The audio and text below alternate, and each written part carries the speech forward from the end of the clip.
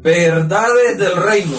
Bueno, vamos a abrir la palabra de Dios, Éxodo 15, 22, el pacto mosaico, primera parte. Dice así, atención, dice la palabra de Dios, Éxodo 15, 22. E hizo Moisés que partiesen de Israel al mar Rojo y salieron al desierto de Shur y anduvieron 3 días por el desierto sin hallar agua y llegaron a Mara y no podían beber las aguas de Mara porque eran amargas. Por eso le pusieron el nombre Mara. Entonces el pueblo murmuró contra Moisés y dijo: ¿qué hemos de beber? Y Moisés clamó a Jehová, y Jehová le mostró un árbol y echó las aguas y las endulzaron, y allí les dio estatutos, ordenanzas y mandamiento, y allí los probó. Con cada una de las personas o de las familias que Dios hizo un pacto, lo probó. Él probó a Noé, él probó a Abraham, y aquí probó al pueblo. Y dice que allí, porque nosotros tenemos una mala organización mental, tenemos un mal mapa mental de cuando Dios le dio los estatutos, las órdenes y los mandamientos al pueblo de Israel. A veces creemos que Él se los dio allá cuando Moisés bajó con las tablas de la ley. No, eso fue cuando cruzaron el mar. Inmediatamente que cruzaron el mar, allí le dio estatutos, leyes y mandamientos. Lo que hubo en la montaña fue la ceremonia de ese pacto. Vuelvo y repito, todos los pactos tenían una ceremonia. El pacto de Abraham tuvo una ceremonia donde él se paseaba por en medio de los animales que habían estado partidos a un lado y al otro lado. Entonces aquí dice que ellos llegaron, ¿cierto?, por el desierto camino de 3 días. Camino de 3 días. Bueno.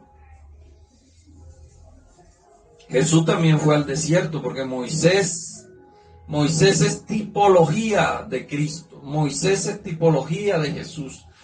Todo lo que hizo Moisés era una sombra de lo que iba a ser Cristo. Así que tenemos que ir aprendiendo a buscar las sombras del Antiguo Testamento y compararlas con las figuras del Nuevo Testamento. Entonces Moisés y David eran sombra de Cristo. Moisés y David eran esa sombra de aquel Mesías que habría de venir. Entonces tuvieron 3 días en el desierto, ¿cierto? Y dice que llegaron a un lugar donde habían 12 fuentes. Bueno, y habían también con Jesucristo 12 apóstoles, que son esas 12 fuentes que esparcieron el agua de vida, es decir, la palabra, durante los 36 años más o menos, casi 40 años después que Cristo ascendió. Bueno, pero ese es otro tema. Cuando Dios le da la ley al pueblo, el mundo, la humanidad tenía 2847 años viviendo sin ley divina. Tenían leyes como la del Código Hammurabi, tenían muchas leyes pero no tenían leyes divinas, tenían otras leyes, pero no tenían la ley divina. Entonces nosotros vemos que aquí en el 15, 22, cuando ellos cruzan, Dios le da estatutos, leyes y mandamientos. Entonces usted ve y usted lee en el 19, dice Israel en el Sinaí, desde el versículo 3 dice: Moisés subió a Dios y Jehová lo llamó desde el monte diciendo: así dirás a la casa de Jacob y anunciarás a los hijos de Israel: vosotros visteis lo que yo hice con los egipcios y cómo os tomé en alas de águilas y os he traído a mí. Ahora pues, si diereis oído a mi voz y guardareis mi pacto, vosotros seréis mi especial tesoro sobre todos los pueblos, porque mía es la tierra. Y vosotros me seréis un reino de sacerdotes y de gentes santas. Estas son las palabras que dirás a los hijos de Israel. Para eso fue que Dios escogió al pueblo de Israel, para que fueran una nación santa de reyes, de sacerdotes. Pero lamentablemente, pues, ellos se desviaron. Y nosotros entendemos que todo esto estaba en el plan divino de Dios. Todo esto estaba en el plan divino de Dios. Para que más tarde llegara a nosotros la bendición que Él le había prometido a Abraham. Cuando Él se le presenta a Moisés, Él les viene ofreciendo un pacto de parentesco, como Él se los había ofrecido a Noé y como se lo había ofrecido a Abraham, un pacto de parentesco, un pacto de parentesco para ellos. Y ellos, por miedo, porque tenían una mentalidad de esclavo, ellos venían de ser esclavos. Ellos no estaban acostumbrados a estos pactos. Entonces, al oír la voz de Dios y al oír ese terror del sonido de la trompeta, usted lo puede leer ahí en el 19, en el 20, 18, donde hay un título que dice El terror del pueblo. Ellos en el versículo 8, 19:8 dice, y todo el pueblo respondió a una y dijeron, todo lo que Jehová ha dicho haremos. Y Moisés refirió las palabras a Jehová. O sea, ellos aceptaron el pacto. Bueno, listo, lo aceptamos. Todo lo que diga nosotros lo haremos. Pacto de parentesco, ¿cierto? Pero si nosotros leemos en el 19:19, mire lo que sucedió. Y ellos al oír el sonido de la bocina iban aumentando en extremo. Moisés hablaba y Dios le respondía con voz tronante. Y descendió Jehová sobre el monte Sinaí, sobre la cumbre, y llamó Jehová al monte a Moisés y subió. Y Jehová dijo a Moisés, desciende y ordena al pueblo que no traspase los límites. Aquí vemos donde el pueblo comenzó a ver, ¿cierto?, el terror y estaba aterrorizado, dice el 18. Todo el pueblo estaba observando el estruendo y los relámpagos y el sonido del arca. Entonces el pueblo estuvo de lejos y Moisés se acercó a la oscuridad a la cual estaba Jehová. Y Jehová dijo, así dirás a los hijos de Israel. Y comienza Jehová a darle, ¿cierto?, las leyes, los estatutos, los mandamientos. A recordarle más bien porque ya se los había dado. ¿Y qué dijo el pueblo? Por su mentalidad, oiga, por su mentalidad de esclavo, ellos no aceptaron este pacto, lo rechazaron. ¿Y qué le dijeron a Moisés? No, habla tú con Jehová y que tú seas el intermediario y nosotros estamos por acá. Fíjense. Dios quería un trato directo con el pueblo. Y es la última vez que Dios le habla a un grupo de personas en el Antiguo Testamento. Dios no le vuelve a hablar más nunca a ningún grupo de personas, sino hasta el bautismo de nuestro Señor Jesucristo. Se escuchó la voz audible para un grupo de personas. Pero estos rechazaron, no, habla tú, y tú vienes y nos informas, y porque nosotros vamos a perecer. Estaban asustados, mentalidad de esclavo. Así hay personas hoy en día que les asusta tener un encuentro personal con Dios. Entonces ellos cambian allí el pacto de parentesco por un pacto de vasallaje. que era otro de los pactos, diferentes pactos que había en Israel. Y en Deuteronomio 5 Moisés se lo recuerda. Deuteronomio 5:22 dice: estas palabras habló Jehová a toda vuestra congregación en el monte, en medio del fuego, de la nube y de la oscuridad, a gran voz, y no añadió más, y las escribió en 2 tablas de piedra, las cuales me dio a mí. Y aconteció que cuando vosotros oíste la voz en medio de las tinieblas y viste el monte que ardía en fuego, vinisteis a mí, todos los príncipes de vuestras tribus y vuestros ancianos, y dijiste: he aquí que Jehová vuestro Dios nos ha mostrado su gloria y su grandeza.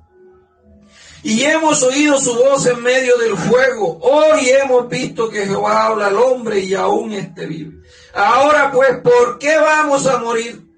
¿Por qué este gran fuego nos consumirá si oyéremos otra vez la voz de Jehová nuestro Dios? Porque ¿qué es el hombre para que oiga la voz de Dios, del Dios viviente, que habla en medio del fuego? Acércate tú y oye todas las palabras que Jehová te diga, Jehová nuestro Dios, y tú nos las harás saber a nosotros, y nosotros las oiremos y las cumpliremos. El pueblo rechazó una relación directa, pueblo con Dios, y cambió el pacto de paridad o de parentesco por un pacto de vasallaje. Por eso es que este pacto está dividido en 2 partes. Dios se ajusta entonces al pedido, como ellos dicen: no, que Moisés hable y nosotros acá. Entonces Dios se ajusta al pedido de ellos. Dios se ajusta al pedido que ellos hacen. Pero por Dios, ¿quién no va a querer hablar directamente con el presidente? Si hoy en día uno, para hablar con el alcalde, tiene uno que pedir una cita y pedir, bueno, y hacer un protocolo para hablar directamente con el alcalde, porque siempre lo mandan es con los intermediarios, o con el gobernador, o con el presidente. Oiga, a uno le gustaría hablar directamente. Y aquí Dios quería una relación directa con el pueblo, y el pueblo dice: no, que Moisés hable contigo y nosotros acá. ¿Se da cuenta? Por su mentalidad de esclavo. Y así hoy en día el sistema religioso tiene cautiva la mente de las personas, y se para un pastor en un púlpito en 4 paredes encerrado donde tiene 100, 200, 300 personas, y les hace creer a esas 200 personas que Dios solamente habla a través de él, y los mantiene engañados, porque la gente tiene una mentalidad de esclavo religioso todavía. La gente se ha hecho esclava de la religión. Bueno, ya lo decía por allá un sabio, ¿cierto? Que dijo: la religión es el opio de los pueblos. Claro, cuando los pueblos se encierran en 4 paredes con una mentalidad religiosa, están drogados, pues. Lo puede manipular el sacerdote, el rabino, el pastor, llámese como se llame. Entonces no quieren una relación directa con... Y Dios les habla directamente a través de su palabra y no la acepta. Van y le preguntan al pastor para ver qué dice el pastor. Y el pastor, como es un vivo, le dice: no, eso no fue Dios que te habló. Eso fue un sueño, una pesadilla que tuviste. Eso es mentira. Dios habla a través del ungido, nada más. Y los tiene allí esclavizados, porque tienen una mente de esclavo todavía. Pero este programa y este canal de YouTube, Verdades del Reino, ha nacido y ha crecido para que usted despierte y deje de ser esclavo del sistema religioso.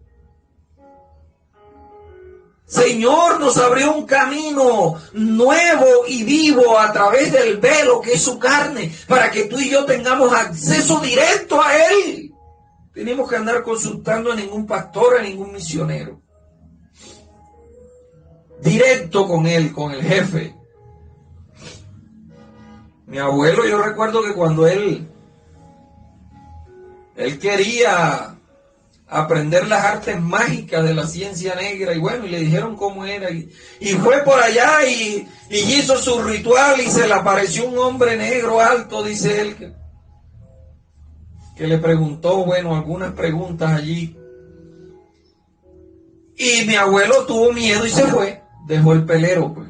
No aguantó hablar directamente con el jefe. Entonces nosotros hoy en día, mis amados, nosotros tenemos que tener la mentalidad ya no de esclavo religioso, tenemos que tener una mentalidad de reino. Mentalidad de reino, eso es lo que tenemos que tener. Ya basta de tanto engaño, ya basta de tanta explotación. El sistema religioso, los líderes religiosos han explotado a los feligreses durante años. Le han sacado el dinero, le han sacado las fuerzas, el trabajo, los han consumido, los han chupado. Y todavía hay personas que siguen allí en las cuatro paredes, obedientes ahí al sistema religioso. Por favor, hoy en día todos somos ungidos. Todos. Eso era antes en el Antiguo Testamento que había el ungido de Jehová. Hoy en día no. Todos hemos sido ungidos con el mismo espíritu, dijo Pablo. Así que esa es la invitación, a que no andemos así como el pueblo de Israel. Entonces la ceremonia de los 10 mandamientos se efectuó bajo un pacto de paridad. Por eso se traen 2 tablas. Que era la costumbre que se hacía cuando se hacía un pacto entre 2 reyes, entre 2 pueblos o entre 2 personas. Se cortaba un pergamino y se hacía el acta, pues, el acta protocolar. Se hacían 2 actas y una parte tomaba un acta y la otra parte tomaba otra acta. Por eso Moisés bajó con las 2 tablas escritas por lado y lado. En una tabla estaban 5 mandamientos por un lado, 5 mandamientos por el otro. Y en la otra tabla, sí, los 5 mandamientos por un lado y 5 mandamientos por el otro. No como nos las han vendido a nosotros, las 2 tablas, 5 mandamientos aquí y 5 mandamientos acá. No, es un desperdicio de material para esa época, porque quedaba la otra cara libre. Lo aprovechaban al máximo. 5 por un lado, 5 por el otro. Toma, esta es la tabla del pactante número 1, que en este caso era el pueblo. 5 por aquí, 5 por acá. Esta es la copia número 2 de la parte número 2, que es el otro pactante, que en este caso sería Jehová Dios. Entonces Moisés bajó con las 2 tablas escritas por lado y lado. Entonces, ¿qué era la costumbre de los pueblos cuando hacían un pacto? Llevaban esa tabla al templo, al templo de sus dioses. Y le dejaban ese pacto en manos de los dioses. Y le decían, si no cumplimos el pacto, si ellos no cumplen el pacto, nuestros dioses te castigarán. Por eso cuando Israel violaba el pacto, Jehová se veía obligado a castigarlo, porque estaban violando el pacto. Israel nunca castigó a Jehová porque Jehová fue fiel a su palabra. Por eso dice por allá el Salmo, creo que es el Salmo 138. Salmo 138:2 dice: me postraré hacia tu santo templo y alabaré tu nombre por tu misericordia y tu fidelidad, porque has engrandecido tu nombre y tu palabra sobre todas las cosas. Jehová siempre guardó su palabra. La palabra que le dio a Moisés. Jamás olvidaré mi santo pacto, dice otro salmo. Ni mudaré lo que ha salido de mis labios. Por eso Israel nunca castigó a Jehová, pues. Pero Jehová sí castigó a Israel varias veces. ¿Por qué? Porque Israel incumplió a ese pacto muchas veces. Entonces, cuando ellos cumplían el pacto, Dios lo defendía. Su Dios lo defendía. Y cuando ya ellos tenían la ley en la mano, ya ellos estaban obligados a cumplir unos decretos y unos mandamientos. Antes de eso no había obligación. Antes de eso no había obligación de cumplir mandatos, de cumplir nada, porque no había ley.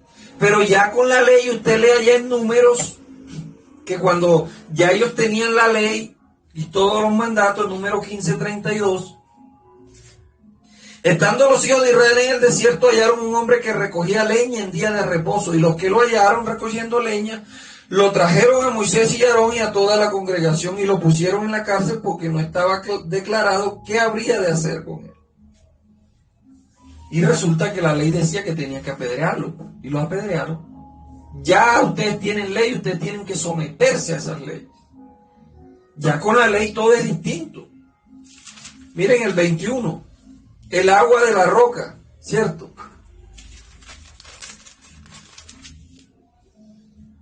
21:4, la serpiente de bronce. Después partieron del monte de Or camino al mar Rojo para rodear la tierra de Edom, y se desanimó el pueblo por el camino. Y habló el pueblo contra Dios y contra Moisés: ¿por qué nos hiciste subir de Egipto para que murmurásemos, para que muriésemos en este desierto? Pues no hay pan ni agua, y nuestra alma está fastidiada de este pan liviano. Tenían pan del cielo, y decía que estaban fastidiados de ese pan liviano. Tremendo, ¿cierto? Y allí Dios le manda que serpientes ardientes que lo muerdan. Y bueno, ya nosotros conocemos el resto, ¿cierto? A veces hay personas que dicen, no, que como en los días de Noé, así se va a encender la ira, porque Dios mandó el diluvio, Dios desató su ira en el diluvio y desató su ira sobre Sodoma y Gomorra. La primera parte que aparece la ira de Jehová es aquí. Aquí es la primera parte donde aparece la ira de Jehová. ¿Por qué? Porque ellos no tenían ley. Jehová no tenía por qué airarse contra ningún pueblo. Sodoma y Gomorra, él le mandó el castigo porque subía un clamor hacia él. Y en el diluvio porque la maldad se había multiplicado. Pero no se menciona la palabra ira. La primera vez que se menciona la palabra la ira de Jehová, que es la derrama, es allí cuando cruzan el mar Rojo, y dice: con grandeza de tu poder has derribado y has levantado contra ti. Enviaste tu ira y los consumió como hojarascas. Éxodo 15:7. Entonces de ahí en adelante nosotros vamos a ver que la ira de Jehová se enciende constantemente. ¿Por qué se enciende la ira? Porque ellos empezaban a violar un pacto donde tenían unas leyes. Era un pacto ya que ellos tenían que cumplir una parte y Jehová la otra. No era como el pacto con Abraham, que Jehová le dijo: yo te bendeciré y te engrandeceré, sin nada a cambio. Sin nada a cambio. En el 15:24, mire lo que dice aquí. Ese fue el que leímos al principio, ¿cierto? Que allí le dio ordenanzas, leyes y mandamientos. Vamos a leer el 21. 21:1. Estas son las palabras que les propondrás. Si comprares siervo hebreo, y aquí comienza a darle, ¿cierto? Toda la lectura de lo que iban a hacer con los siervos, que a los 50 años salía libre. O si el siervo decía: no, yo no me quiero ir, yo me quiero quedar con mi señor, entonces ya ese no era un siervo por compromiso, sino un siervo por amor. Eso es lo que nosotros debemos de ser hoy en día, siervos por amor. Ellos como esclavos trabajaban todos los días, no tenían ni un día de descanso. Por eso Jehová en las leyes le manda el Shabbat para que ellos descansen. Ya no son esclavos, por favor entiendan eso. Ya ustedes no son esclavos, pueden quedarse descansando un día a la semana, tranquilamente, no hagan ninguna obra. Pero este Shabbat se les convirtió en una carga. Acostumbrados al trabajo de esclavo todos los días, les hacía falta ir a recoger leña. Les hace falta hoy en día, los feligreses de las organizaciones religiosas, los fieles de las organizaciones religiosas, les hace falta que le pongan cargas. Es más, yo conocí a un hermano que decía: la vida del cristiano tiene que estar rodeada de pruebas tras pruebas y aflicciones tras aflicciones, porque si no, entonces Dios no está con él. Así lo enseñó el sistema religioso. Que la vida del cristiano tenía que ser una vida miserable, pues arrastrada, prueba tras prueba. Que el cristiano que era feliz y todo le salía bien y prosperidad por aquí, prosperidad por allá, ese tiene que andar mal. Ese tiene que andar mal con Dios, porque mire, todo el tiempo alegre y todo el tiempo prosperando y nunca le viene una prueba. Así le enseñaron a él.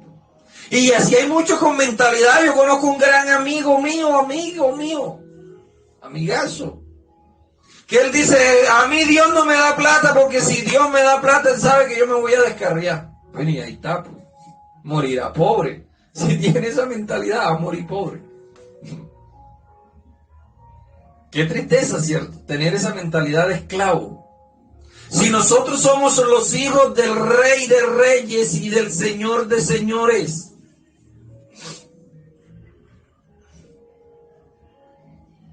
Entonces en esa ceremonia fue la última vez que Dios le habló, ¿cierto? A la gente en grupo. Entonces nosotros vemos cuando Dios le dice a Moisés, sube que te voy a dar las tablas de la ley. Moisés llega y dura 40 días allá. ¿Y a quién deja acá encargado? A Aarón. Dejó encargado a Aarón del pueblo. Pero tiene 38 días y no baja, ya ese se murió. Hombre, vamos a esperar otro día más para ver. Ya tiene 39, ese no va a bajar, no, pero él dijo que eran 40 días que él iba a bajar. Pero mira, ya tiene 39 y medio, nada que baja. No, señor, no es un becerro de oro. Y Aarón, cual pastor complaciente, para que las ovejas no se le vayan, los complació, pues. Les hizo el becerro. Usted lee ahí en el 32. En el 32, mire la gran, podríamos decir, no sé ni cómo decirle a esto. Dice en el 32:4, y él les tomó de las manos de ellos y les formó con buril e hizo de ellos un becerro de fundición. Entonces dijeron, Israel, estos son tus dioses que te sacaron de Egipto. Él lo moldeó con un buril y le dio la figurita. Y apenas faltaban 6 horas para que Moisés bajara. No fueron capaces de esperar. Cuando Moisés venía bajando, que oye todo el escándalo, y ve que Moisés viene bajando y dice, bueno, y en el 32:22 respondió Aarón, no se enoje mi señor, tú conoces al pueblo que es inclinado al mal. Y me dijeron, haznos dioses que vayan delante de nosotros, porque a este Moisés, el varón que nos sacó de la tierra de Egipto, no sabemos qué le haya acontecido. Y yo le respondí, ¿quién tiene oro para darlo? Y me lo dieron. Y yo lo eché en el fuego y salió un becerro, así como por arte de magia. Ellos me lo dieron así, yo lo agarré y ¡tum!, lo tiré ahí en el fuego y salió un becerro. Salió un becerro. Él mismo lo labró con sus manos. Le dio forma con un buril.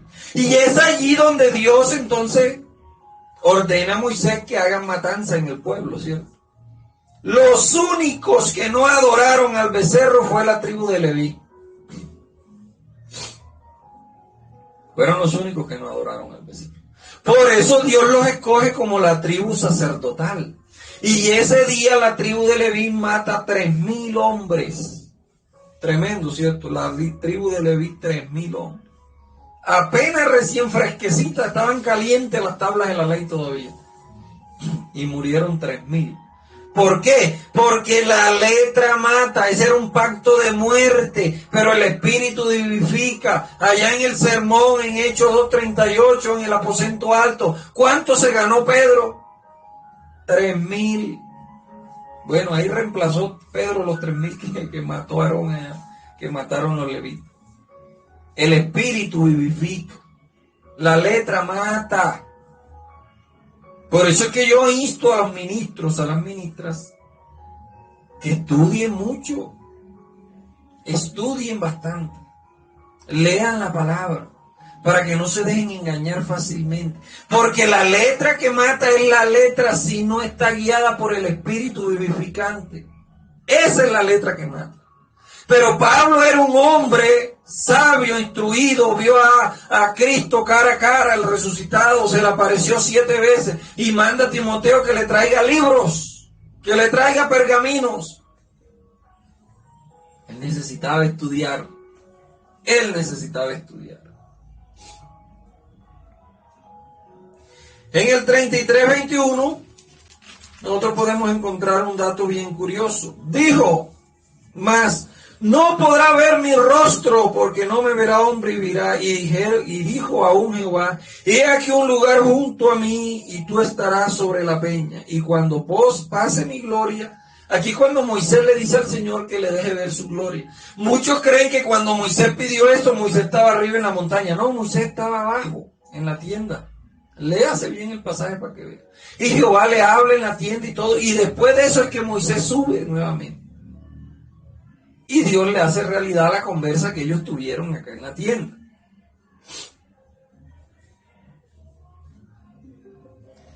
Entonces vamos a ir avanzando aquí con esta primera parte de los pactos. 40:34. Mire lo curioso. Entonces una nube cubrió el tabernáculo de reunión de gloria, y la gloria de Jehová llenó el tabernáculo, y no podía Moisés entrar en el tabernáculo de reunión, porque la nube estaba sobre él y la gloria de Jehová lo llenaba. Y cuando la nube se alzaba del tabernáculo, los hijos de Israel se movían en toda su jornada. Pero si la nube no se alzaba, no se movían hasta el día en que ella se alzaba, porque la nube de Jehová estaba de día sobre el tabernáculo, y el fuego estaba de noche sobre la vista de toda la casa de Israel en todas sus jornadas. Y aquí Jehová no les volvió a hablar más. Ellos veían la nube, veían la columna de fuego, veían el movimiento, pero no escuchaban nada. Estaban en Lodebar. Estaban sin palabra. Estaban sin palabras. Porque ellos habían rechazado, pues, el pacto original que Dios le había formulado. Entonces allí empiezan a escribir, ¿cierto?, una serie de cosas, la circuncisión, que los animales inmundos, bueno. Aquí no es que este pacto mosaico anule al pacto abrahámico, ni mucho menos al noético. Más bien lo complementan. Todos estos pactos fueron complementándose uno con el otro, uno con el otro, uno con el otro, hasta que llegó el nuevo pacto, que es Cristo. Cristo es la consumación de todas las cosas. Por eso dice la palabra que esto estaba reservado hasta que viniera lo perfecto. ¿Y qué era lo perfecto? Bueno, aquella fe que iba a ser revelada, ¿cierto? Nosotros la podemos encontrar allá en Gálatas 3. La fe que iba a ser revelada. Mire, Gálatas 3:23 dice, pero antes que viniera la fe, estábamos, ¿qué? Confinados bajo la ley, encerrados para aquella fe que iba a ser revelada. ¿Quién es aquella fe que iba a ser revelada? Cristo, poder y sabiduría de Dios. Allí estábamos confinados.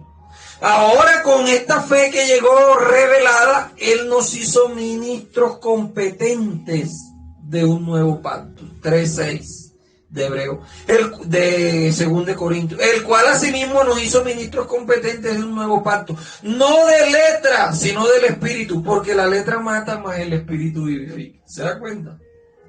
Usted y yo somos ministros competentes de un nuevo pacto. Pero el sistema religioso nos quiere empujar.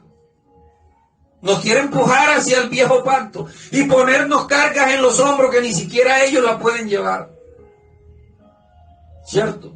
Quieren imponernos esa cantidad de rudimentos que Cristo vino a quitar. Se la quieren poner alférigres encima y lo tienen ahí presionado, pues cautivo, esclavo. esclavos religiosos. Hay una cantidad de esclavos religiosos dentro de los sistemas religiosos, dentro de las organizaciones. Pero ya llegó la hora de conocer la emuná, y la emuná nos va a hacer libre. Conoceréis la aletheia, y la emuná os hará libre. Vaya a nuestro canal de YouTube y busque esa enseñanza. Las dos verdades, para que usted entienda. Y si usted desea, usted puede salir de la primera verdad y brincar a la segunda verdad, que es la emuná, la que te hace realmente libre. Ya para terminar, Hebreos 8:7. Porque si aquel primer pacto hubiera sido sin defecto, ciertamente no se hubiera procurado lugar para el segundo pacto. El pacto perfecto, el pacto de la complementación, el pacto del cumplimiento de las cosas. Por eso Pablo habla en sus cartas repetidamente, dice, cuando llegó el cumplimiento de las cosas. Y Cristo dijo, hoy se han cumplido estas palabras. Lucas 22, 21, 22. Estos son días de retribución para que se cumplan todas las cosas que están escritas. Entonces Cristo fue el cumplimiento de todas las cosas. El cumplimiento de los tiempos ha llegado. Después de Cristo, después que Cristo terminó su ministerio terrenal que duró 3 años y medio, y luego volvió nuevamente, ya no con relación al pecado, en el año 67, en juicio sobre la ciudad de Jerusalén, terminó la consumación que él había prometido. La consumación que se había profetizado por los profetas Daniel, Ezequiel, Jeremías, Isaías. Esa consumación la vino a terminar era en espíritu. Y la culminó en el año 70. Así que mis amados bendecidos, por favor, dejemos esa mentalidad de esclavo. Hoy en día el único intermediario se llama Cristo Jesús, el sumo sacerdote.